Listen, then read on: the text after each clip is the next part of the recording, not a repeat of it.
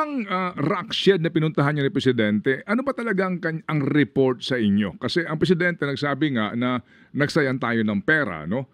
At sabi ho naman ng kontraktor, hindi naman talaga sayang kasi nga magagamit pa rin.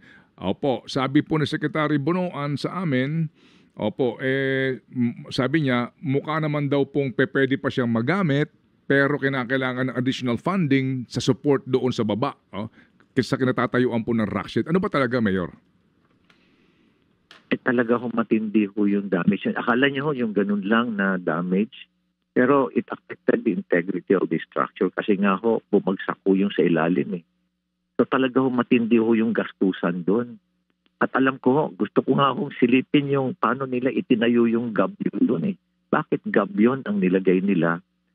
Pinag-aralan ba nila yung lakas ng tubig doon, yung nagkaroon pa sila ng hydrological study, parang ganun eh. Nagtataka nga ako bakit ganun lang. At gusto kong hukayin yung, kaya lang wala naman akong authority. Gusto ko nga akong hukayin yung gabyon doon at ipahukay sa mga, kaya nga sa mga experts kaya nga nagre-request ako ng third-party audit. Pero as a chairman, as the former chairman of the BLIS, kaya lang ho, dinedelay. Dinedelay ho yung third-party audit. Kaya hindi ko rin alam bakit gano'n nagkakaroon ng delay. Opo. Kailangan pa po ba ng iba pang mga rock shed doon po sa camp area na yan, papanig po ng Baguio? Ay, kailangan ho talaga ng rock shed certain kasi may mga bumabagsak po mga tubig. Ay, na mga tubig at mga bato. Mga boulders. May mga bumabagsak ho. Yan. Kasi ho, parang sinuspend ho yung rock netting. At siguro ho, based na sa kanilang study, rock shed ho talaga dapat ilagay doon. Ako naman ho, sila naman ho yung eksperto dyan. Kaya siguro rock shed. Actually ho, second time na ho yan. Last 2 years ago, bumagsak na ho yung initial na first phase nila, bumagsak na. Tapos ho, inulit-uli nila.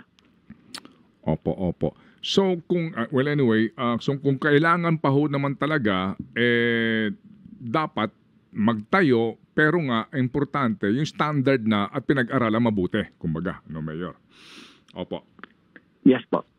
Sir Ted, kita ko nung kausap ko naman yung mga engineers natin na from the private sector, pwede pang gamitin yung rock shed.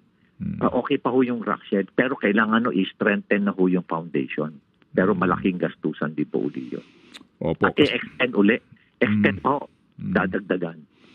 Okay. Kasi nga po, mas lumaki po ang gastusin nga kasi yung nga sinasabi po ninyo, no, na parang hindi pinag-aralan mabuti kaya po mas malaki na ngayon ang gastos, Mayor.